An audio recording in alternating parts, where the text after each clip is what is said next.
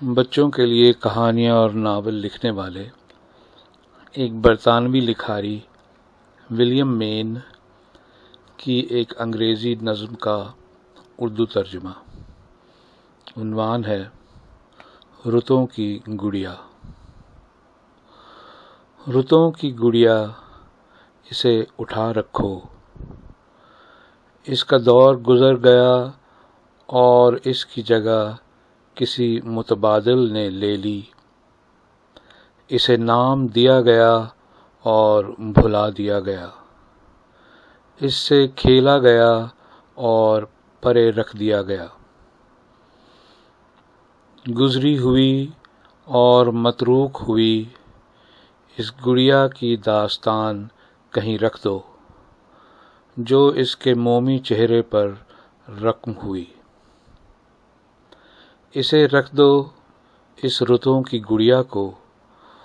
جو تمام یادوں سے خالی ہو چکی ہے،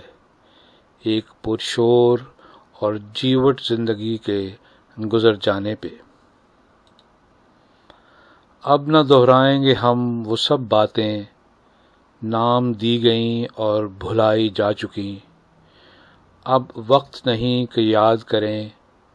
کیسے ان گالوں کو نصیب ہوئیں نایاب عنایات جو اب بے جان اور بے قدر ہو چکی ہیں، نام دی گئیں اور بھلائی جا چکیں۔ نرمی سے ثبت کیا گیا ہولے سے گم ہو جاتا ہے،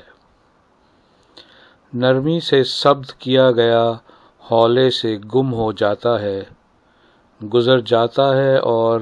متروک ہو جاتا ہے، نام دے کر بھلا دیا جاتا ہے، کھیل کر رکھ دیا جاتا ہے، گنگ ہے مومی چہرہ اور اس کی صدا کھو چکی ہے۔